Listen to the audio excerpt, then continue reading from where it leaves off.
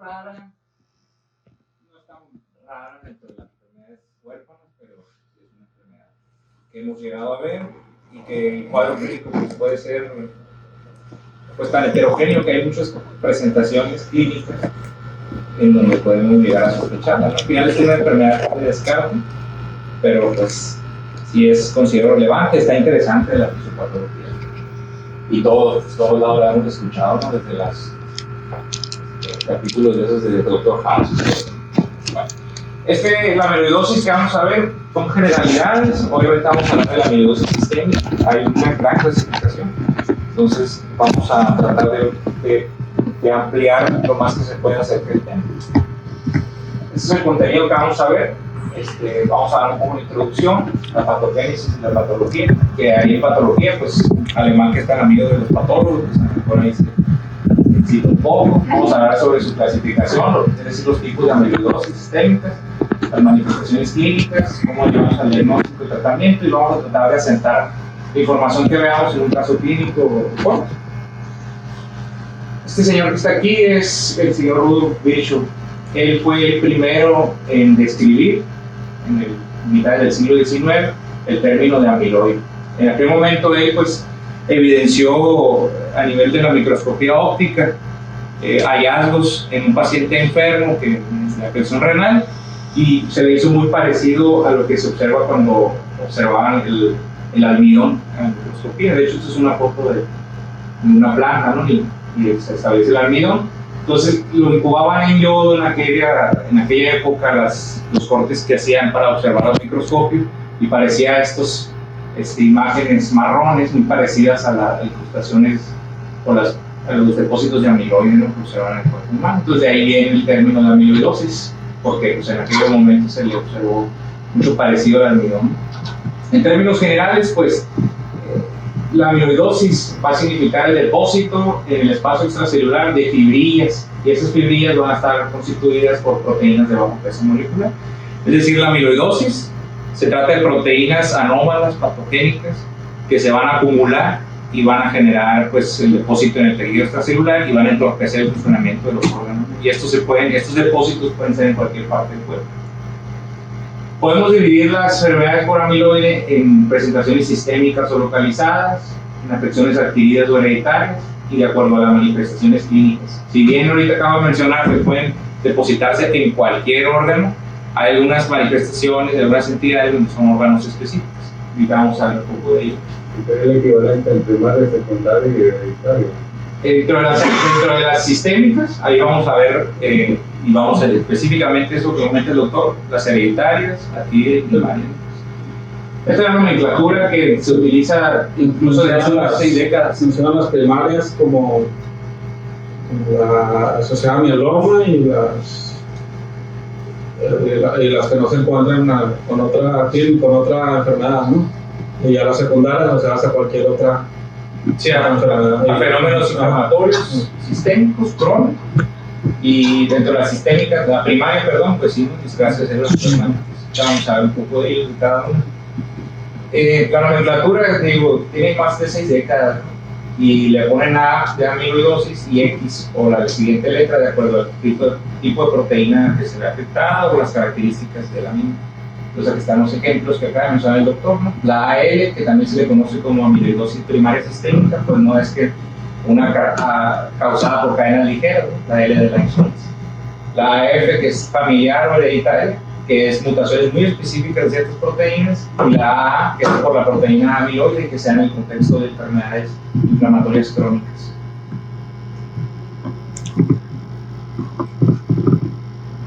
Bueno, entonces esto que les mencionaba sobre los depósitos de proteínas, pues al final son, digamos, proteínas nativas, es decir, proteínas que normalmente producimos y que van a causar con un cambio conformacional. Este cambio conformacional en la estructura de la proteína va a hacer que tenga características patológicas. Esta conformación normalmente, si recuerdan las clases de bioquímica que llevaron en su carrera, van a recordar que pues una proteína no es más que la unión de ciertos aminoácidos en forma de cadena, y entre más compleja sea esta proteína, el plegamiento que va a sufrir esos aminoácidos va haciéndose más complejo. Entonces la mayoría de las proteínas, llámese como se llame, si fueran no enzimas, en el cuerpo con actividad biológica son normalmente complejas y de una estructura cuaternaria, ¿no? Que es la descripción tridimensional de las proteínas. Entonces, al final, como se ve en este esquema, va a ser una estructura que va a tener alteraciones en cambios conformacionales, que va a favorecer a que se plieguen y se hagan estructuras insolubles y complejas que se van a depositar en los tejidos, y eso en el área extracelular, ¿no? Entonces, ahorita vamos a hablar un poco más cómo se ha tratado de explicar por qué sucede esto, ¿no? Y las manifestaciones clínicas va a depender del tipo de proteína que se ve afectada, la ubicación en la que se esté depositando, si es a nivel renal, hepático, sistema nervioso, gastrointestinal, etc. Y la cantidad de depósito, ¿no? Obviamente en aquellas con discrasia cerebral plasmática pues va a haber mucha proteína de este tipo y va a generar que se vayan acumulando, ¿no? Recordemos que las proteínas son macromoléculas con un montón de actividades biológicas.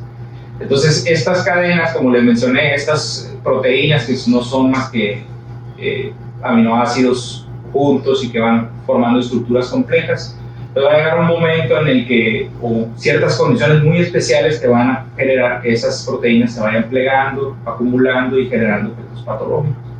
Entonces, en resumidas cuentas, se trata de proteínas anómalas que tienen la capacidad de juntarse y estorbar. Yo le quería poner la analogía de como si tuvieran su patio, su casa, y tienen un drenaje para el agua cuando llueve, y si se acumula hojas que del vecino, de dimensiones más grandes de las acostumbradas, o basura, una bolsa de plástico que cayó porque hubo viento, tapan ese desagüe del agua de la lluvia y empieza a acumularse el agua y hacer un desastre, ¿no?, en su patio. Entonces, más o menos lo que pasa en la amiloidosis no son más que proteínas que estorban a las actividades biológicas de los órganos. Ejemplos de enfermedades en donde sucede lo mismo. Incluso destaca la enfermedad por priones, la enfermedad de Alzheimer, que no es más que un tipo de amiloidosis, órgano específico. Algunos cuadros de tirosis quística, enfermedades neurodegenerativas, incluso la enfermedad de Parkinson. Todos caracterizados por plegamiento anómalo de proteínas y depósitos en el tejido extracelular.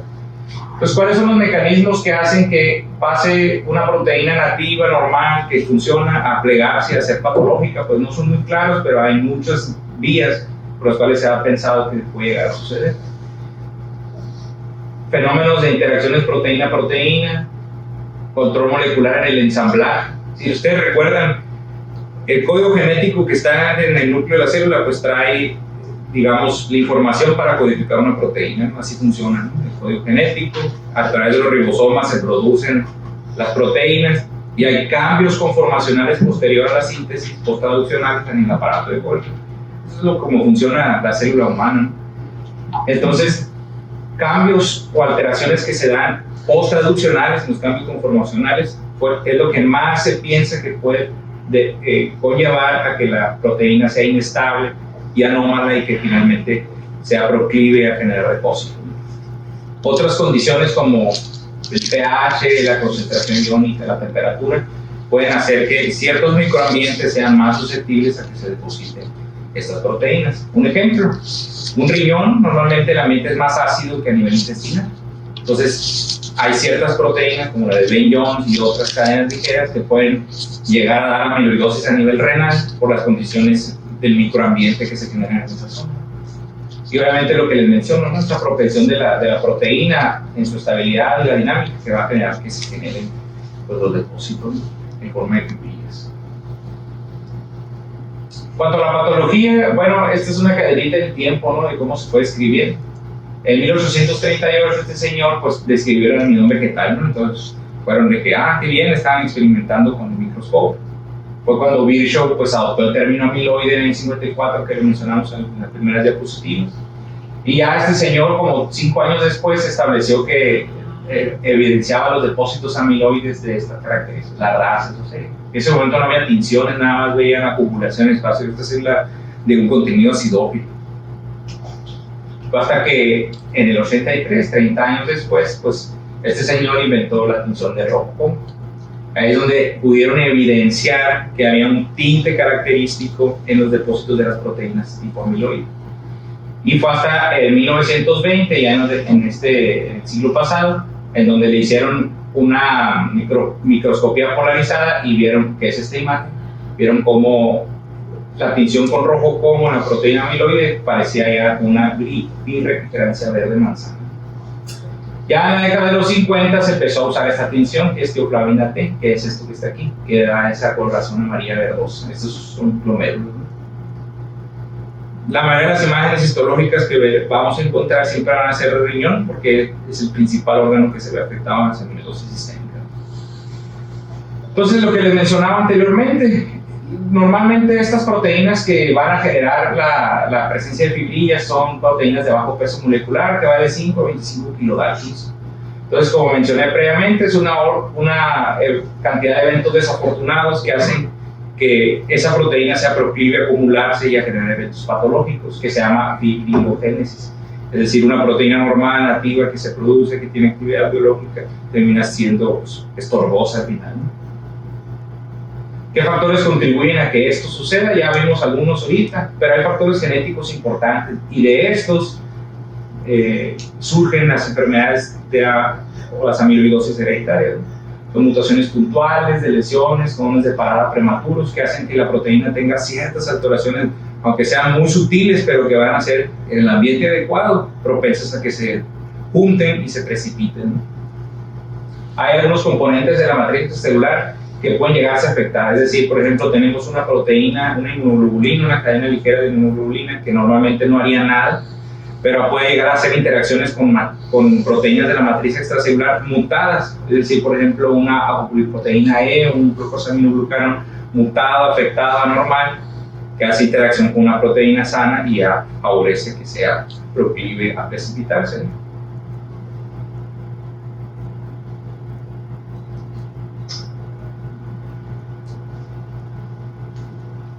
Estos son factores genéticos asociados. Hay 38 tipos de proteínas asociadas y hay diferentes tipos de fibrillas amiloides. Estas son todas las variantes que pueden generar que las proteínas al final, como les digo, se precipiten y formen fibrillas en los órganos. Entonces, lo que les mencionaba son proteínas inestables que hacen agregaciones oligoméricas y que hacen polímeros de mayor orden molecular y que llegan a un tamaño crítico en donde ya se depositan, se hacen insolubles, se forman fibrillas, ¿no? Y estas fibrillas van a tener interferencias con las funciones orgánicas y finalmente efectos tóxicos. En cuanto a la clasificación, existen varias formas importantes, ¿no? Estas son las que destacamos de como amiloidosis sistémicas. Está la amiloidosis primaria, la secundaria y la familiar o de características hereditarias. La más importante o la que más incidencia tiene es la amiloidosis primaria o sistémica primaria, también llamada, que es causada por cadenas ligeras, que esa es la nomenclatura por la que les mencioné inicialmente. Esta está causada por una discrasia de células plasmáticas que va a generar fragmentos de cadenas ligeras de las inmunoglobulinas y que estas son las que se van a ir a depositar a los tejidos. Tiene afección renal hasta el 80% de los pacientes y cardíaca hasta el 60% de los pacientes. Tiene signos patognomónicos clínicos, como lo son los ojos de mapache y una macroglosia. Ahorita vamos a ver imágenes asociadas de este tipo, ¿no? Está asociado de forma muy importante, y lo mencionó Blanco ahorita, mieloma múltiple. Este es un punto importante, que muchas veces no tienen la manifestación completa del mieloma.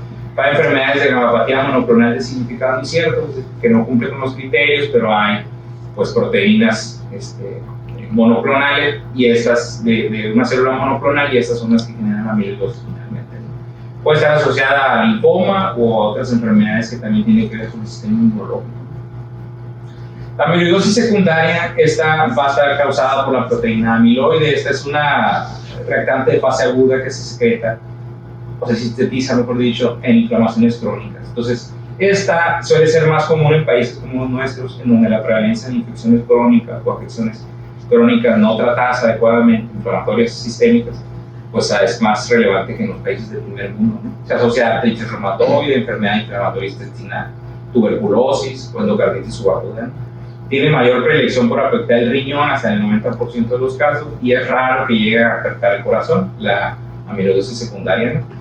Puede llegar a tener alteraciones a nivel del sistema nervioso con neuropatía autonómica o gastrointestinal con hepatoesplenomegalia, pseudoobstrucciones, estreñimiento, etc. Pero lo más importante es la afección que genera el riñón. No sé si cuando rotaron por nefro y que veían a veces biopsias de ciertos pacientes que tenían el estudio, decía amiloidosis secundaria. y nadie lo tomaba en cuenta. Decía, ¿cómo no lo toman en cuenta? Pues a eso se debe, a que normalmente los pacientes pueden llegar a tener esa amiloidosis, depósitos de ciertas proteínas, en este caso es la amiloide, por enfermedades inflamatorias crónicas. Y finalmente la amiloidosis familiar, esta pues como les digo, normalmente se debe a mutaciones muy específicas, bien conocidas. Es un trastorno autosómico dominante y aquí se ve afectada la proteína que se llama transtiretina, que es la prealbúmina también llamada, ¿no?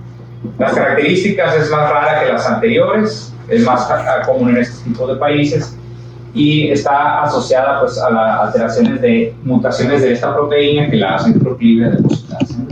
Tiene afección renal y cardíaca muy parecida a la sistémica primaria y la diferencia va a suscitar en que tiene antecedentes familiares, ¿no? Son pacientes que tienen papás, abuelos, tíos que cursaron con este tipo de enfermedad, entonces se puede sospechar de que se trate de una amiloidosis familiar. Otras clasificación, otras de relevancia clínica, esta es relevante, ¿no? Que es la relacionada a la diálisis, que aquí se trata de la proteína que se llama beta-2 microglobulina. Ya es un poco común con los avances de las técnicas de hemodiálisis más avanzadas, más nuevas, filtros más adecuados, pero pues son pacientes que se debutaban con poliarteritis escapulohumeral, hombro doloroso, y probablemente se trataba de una amiloidosis asociada a la diálisis. Pero todos aquellos pacientes que tenían más de 10 años en terapia sustitutiva. Estas otras son muy raras, y entre las que quiero destacar es las órganos específicos, como la enfermedad de Alzheimer, y dentro de esta que se llama amiloidosis sistémica senil es muy interesante porque tiene que ver con la amiloidosis familiar, donde se ve afectada la transtiretina, pero en la sistémica senil es una transtiretina nativa, o sea, no está mutada, pero se ha visto que en autopsias seriadas, pacientes mayores de 70 años, hasta el 30% llega a tener depósitos amiloides de tipo de proteína. Entonces quiere decir que con el tiempo pues empezamos a hacer este mal plegamiento de proteínas conforme nos envejecemos y podemos llegar a tener manifestaciones sistémicas de este depósito de proteínas. La gran diferencia con el resto es que son de un curso más lento y de un pronóstico más favorable, sobre todo cuando tienen afección cardíaca, ¿no? Pero sí existe. ¿Cuál es el cuadro clínico? Pues nuevamente, ¿cómo no vamos a sospechar de una amiloidosis? Como les mencioné, en realidad debería ser una enfermedad de descarte, ¿no? Hay que sospecharla en ciertos pacientes en características complejas, un cuadro heterogéneo, un curso insidioso. Pero va a depender en todos los casos del tipo de proteína afectada, es decir, también del tipo de amiloidosis, de la ubicación, el órgano que más comúnmente se afecta y de la cantidad del depósito. Estos tres órganos que están aquí pues son los más comúnmente afectados por orden de hecho: riñón, corazón e hígado, aunque la afección cardíaca pues es la que tiene peor pronóstico y que limita mucho las actividades de los pacientes y en manifestaciones avanzadas tienen una sobrevida de menos de 6 meses. Estas son las amiloidosis sistémicas más comunes y que con más vamos a evidenciar, que es la sistémica primaria y la secundaria que vimos anteriormente. A nivel renal se manifiestan con datos de síndrome nefrótico, proteinuria. Entonces el dato a nivel renal que vamos a evidenciar en la amiloidosis es síndrome nefrótico o proteinuria. Rara vez tienen caída del funcionamiento, del recubrimiento de la creatinina, pero puede llegar a pasar que requieran terapia sustitutiva con el tiempo. Esta afección renal es más común en la sistémica primaria y en la secundaria, y rara en las familiares. Entonces es muy importante. Entonces son pacientes que pueden llegar a protocolo de estudio por un síndrome nefrótico. En cuanto a la afección cardíaca, pues inicialmente inician con una disfunción diastólica, porque las paredes del miocardio empiezan a engrosarse, empiezan a tener alteraciones de la movilidad. Finalmente, como va pasando el tiempo, va haciendo una disfunción sistólica, que eso va a llevar a la insuficiencia cardíaca. Entonces, algunos pacientes que debutan con un cuadro clínico cardíaco, pues van a hacerlo con disnea, con ortopnea, con datos de insuficiencia cardíaca crónica, ¿no? Puede llegar a presentar síncope, y este va a ser o causado por alteraciones de la movilidad en la sístole del ventrículo izquierdo o alteraciones en la conducción auriculoventricular, así como se depositan en otras áreas, también se pueden depositar en el tabique interventricular y dar alteraciones de la conducción. La afección cardíaca es común en la familiar y en la primaria, pero es muy rara en la amiloidosis secundaria. Y hay otros tipos de amiloidosis hereditarias que pues también pueden llegar a causar efectos en el corazón. A nivel gastrointestinal puede haber hepatosplenomegalia, como mencioné en la amiloidosis secundaria, Y puede haber en las otras afecciones gastrointestinales, puede ir desde hemorragia digestiva hasta una pseudoconstrucción intestinal. Aquí es el cuadro más difícil todavía de explicar. A nivel neurológico puede causar con neuropatía periférica autonómica y que puede ser de todos los tipos, ¿no? Motor, sensitivo o incluso mixto. Y aquí lo que quiero destacar es la presencia de los eventos hemorrágicos cerebrovasculares, ¿no? Entonces, si ustedes recuerdan cuando vimos los temas de hemorragia intraparenquimatosa, después de las malformaciones vasculares viene la angiopatía amiloide. Y esto se da comúnmente en los ancianos. Y esto se explica por lo que les mencioné ahorita de la amiloidosis sistémica senil. Entonces, una causa de hemorragias intraparenquimatosas siempre va a ser, incluso de veces isquémicos, pues son la angiopatía amiloide, y esto puede estar asociado a cualquier tipo de amiloidosis, ¿no? Incluso la senil, que acabo de decir. A nivel musculoesquelético, pues normalmente puede llegar a afectar articulaciones, músculos y sobre todo los tejidos blandos periarticulares. Aquí, pues cabe destacar la que es asociada a diálisis, aunque rara, pues se presenta como hombro doloroso. La macroglosia, que esta es una imagen característica de ese tipo de pacientes, que no tienen otra alteración más que una lengua grandota, es en un contexto apropiado, es patognomónica de la amiloidosis primaria. Y a nivel hematológico puede haber anemia o trombocitopenia, esto en el contexto de un paciente que ya tiene afección hepática, y si no es así puede tener infiltración en médula ósea incluso, y puede llegar a tener alteraciones en el factor 10 de la coagulación, y eso favorecerá eventos hemorrágicos de cualquier tipo, ¿no? También puede ser explicado porque la proteína interactúa directamente con el factor 10 o porque haya disfunción hepática. A nivel pulmonar también las manifestaciones pueden ser muy variadas, pero puede ir desde hipertensión pulmonar hasta ronquera o estridor por afecciones en el árbol traqueobronquial. De hecho, buscando en la bibliografía encontré un caso clínico de un paciente joven de 23 años que debutó con ronquera, dijeron probablemente un tumor, como una biopsia de la laringe y resultó con un depósito amiloide y finalmente terminó con una gamapatía monoclonal de significado incierto, que era lo que le causaba la amiloidosis. Y él solamente debutó con ronquera. Entonces puede llegar a pasar el cuadro que se manifieste de estas características. Y a nivel cutáneo, pues se muestra que también es patognomónico por los ojos de mapache, que es púrpura periorbitaria. Entonces, en el contexto adecuado, macroglosia junto con los ojos de mapache puede ser patognomónicos de una amiloidosis primaria sistémica primaria. ¿Cómo llegamos al diagnóstico? Pues es la biopsia, aquí no hay de otra, así como iniciamos en la presentación hablando de historia de cómo fue descubierta a través de la microscopía óptica. La forma de llegar al diagnóstico es a través de la biopsia. ¿Cuál es el sitio de elección? Pues el órgano más afectado. Es decir, si tenemos manifestaciones renales, lo más ideal sería hacer biopsia renal, igual cardíaca o hepática. Sin embargo, pues son más invasivas y tienen pues problemas, sobre todo cuando ya tienen distracciones hematológicas, riesgo de sangrado, complicaciones, etc. Entonces, suelen encontrarse otros sitios que pueden ser, digamos, opciones para lograr el diagnóstico, y se destaca la grasa subcutánea, las glándulas salivales y la mucosa rectal, dentro de las cuales la mayoría de los centros prefiere realizar biopsias de la grasa subcutánea, y esto puede ser aspiración o por retiro de una almohadilla. Si ustedes han visto aquí pacientes que tienen datos a nivel cardíaco de amiloidosis, pues determinan haciendo biopsias periumbilicales de la grasa para tratar de descartar la presencia de amiloidosis, ¿no? En todos los casos, pues no son infalibles, porque lo ideal sería que fuera el órgano más afectado. Incluso cuando se trata de una fracción multiorgánica, la sensibilidad puede llegar hasta el 80%. Obviamente es muy específica, ¿no? La presencia de tener depósitos con rojo Congo positivo es prácticamente diagnóstico. Ahora bien, cuando tú tienes una biopsia positiva para depósitos de proteínas tipo amiloide, tú no sabes qué tipo de proteína es. Entonces no puedes saber si es una primaria, si es una secundaria, si es una familiar. Entonces siempre un positivo para rojo Congo en una biopsia debe ir seguido de estudios de inmunohistoquímica para identificar el tipo de proteína afectada y con eso dar el apellido al tipo de amiloidosis. ¿Por qué esto va a ayudar a establecer el tratamiento que se le pueda dar al paciente? Cuando, por ejemplo, las amiloidosis son de un órgano afectado, por ejemplo, el paciente tiene con insuficiencia cardíaca, le hacen un eco, tiene datos de amiloidosis, que ahorita los vamos a explorar un poco, pues al hacerle una biopsia de grasa es poco sensible. Entonces muchas veces no deberíamos pues descartar la amiloidosis cuando tenemos una biopsia de grasa negativa. Estos son otros, pues, diferentes series, ¿no?, donde podemos encontrar. A nivel renal da una sensibilidad hasta el 90%, rectal alta, 84%, incluso más alta que la grasa subcutánea. A nivel de las glándulas salivales es baja, pero el rendimiento puede aumentar. Por ejemplo, pacientes que tienen, curiosamente, que tienen afección musculoesquelética o que tienen datos de síndrome de Sjögren, puede ser muy favorecedor a realizarla a nivel de las glándulas salivales.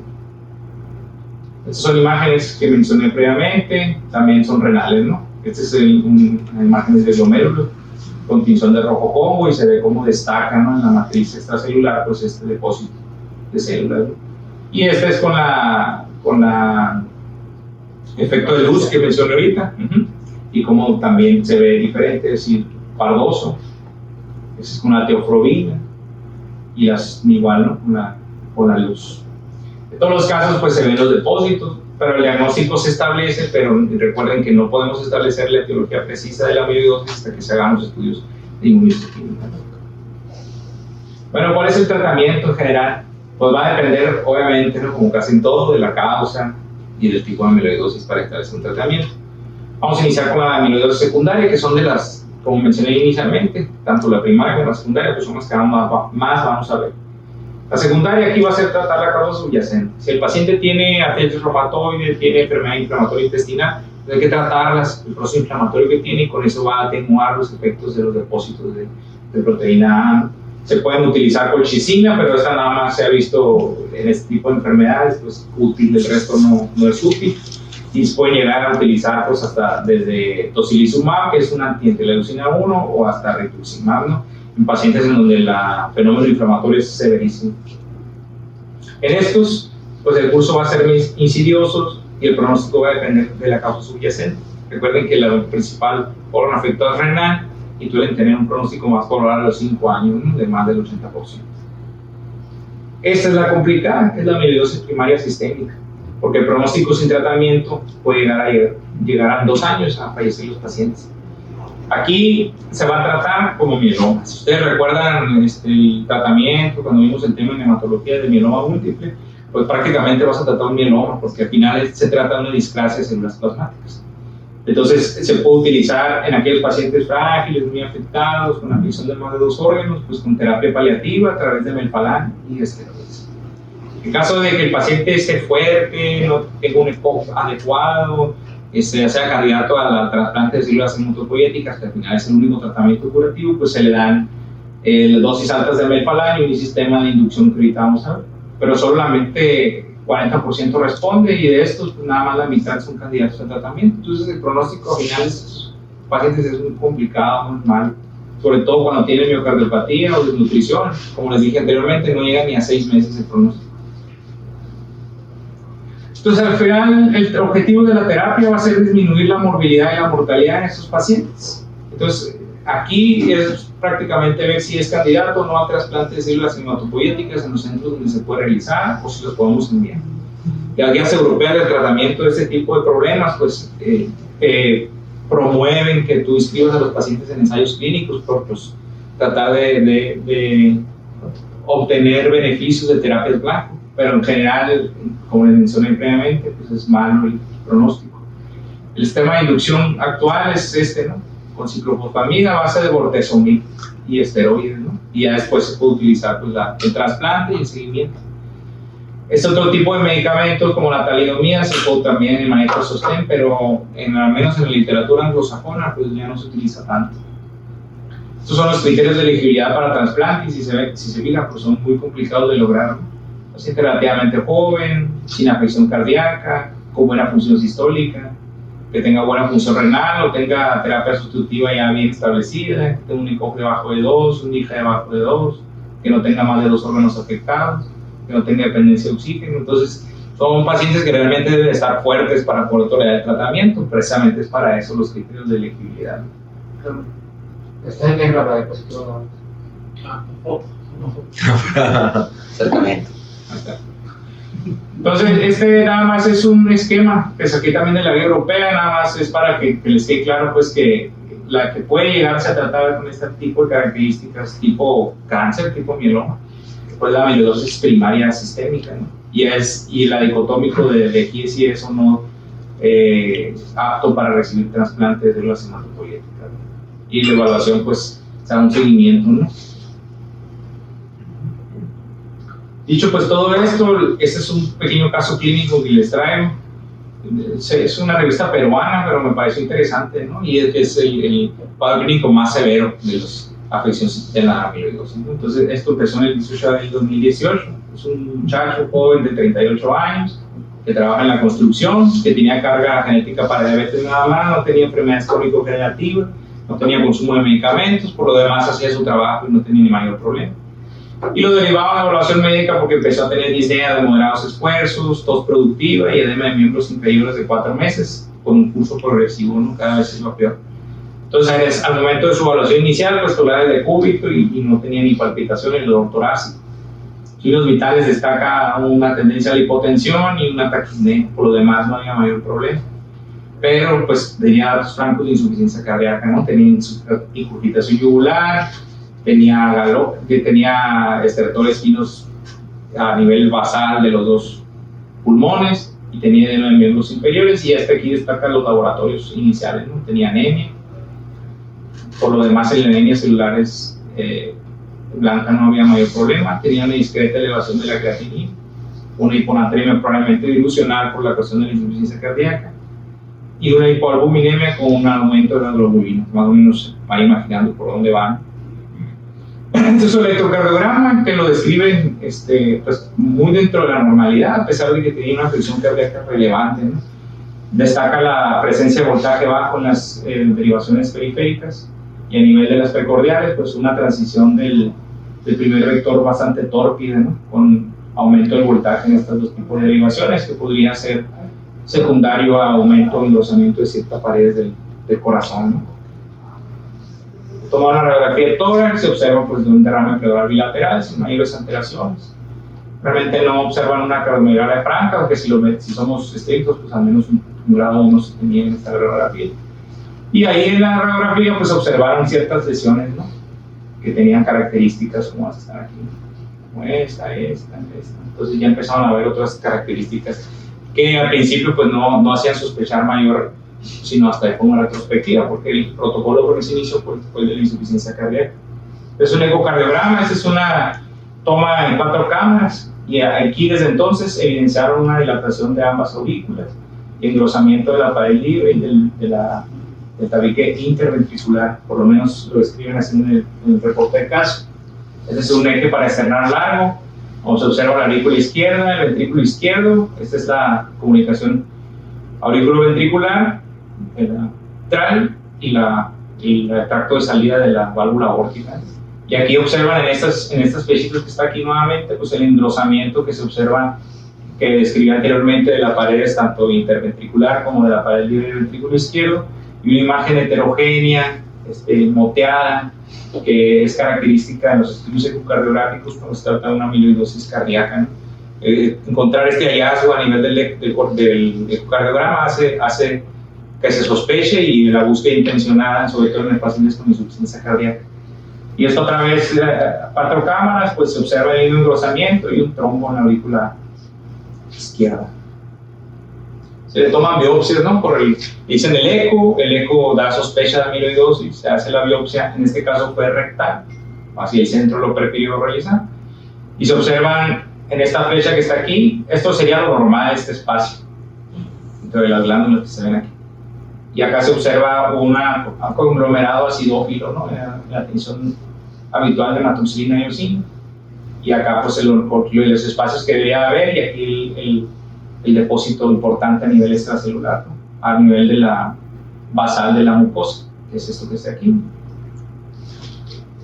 Le hacen la tinción con rojo combo, y pues aquí se ve, ¿no? Cómo se resalta todos esos depósitos que están en la matriz extracelular. Entonces, continúan el protocolo para no continuar, y concluyen pues, que se trataba de una amiloidosis sistémica, o sea, un mieloma múltiple. Si se fijan las características que vimos en la anemia, el aumento de las globulinas, en las lesiones líticas a nivel óseo, el aumento de la creatinina que ya era incipiente asociado a la disfunción cardíaca, pues encontraron el diagnóstico de un aspirado que se trataba de mieloma múltiple, y este estaba causando amiloidosis sistémica. Se inició tratamiento, un paciente joven, fuerte, y se inició tratamiento como lo mencionamos anteriormente. Sin embargo, el paciente se complica con un síndrome nefrótico, que es parte esperada de la afectación renal de la amiloidosis sistémica primaria, y presenta insuficiencia respiratoria, secundaria a la insuficiencia cardíaca, pues fallece el 24 de julio del 2018, que no es más que 6 meses después de iniciar el cuadro clínico, que es congruente con el pronóstico que se establece en la literatura. El paciente con amiloidosis y que debuta con afección miocárdica, ¿no? Y ya. Puede llegar a ser un tema un poco árido, ¿no? Porque la constelación de signos y manifestaciones clínicas, pues sí es diverso, pero me pareció muy interesante la fisiopatología y cómo terminan siendo simples proteínas que circulan, que tienen actividad biológica en nuestro cuerpo y pueden llegar a precipitarse, a estorbarnos, ¿no? Algunas personas que son parecidas a las proteínas amiloides, no más estorban. ¿Puedes ponerle?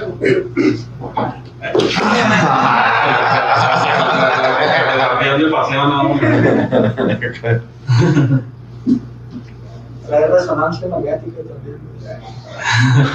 De hecho, y es importante, ¿no? También la resonancia magnética puede ser muy útil en los pacientes que ayudan, ¿no? Hay datos patognomónicos en los hallazgos de la resonancia que puede ayudar a diagnosticar.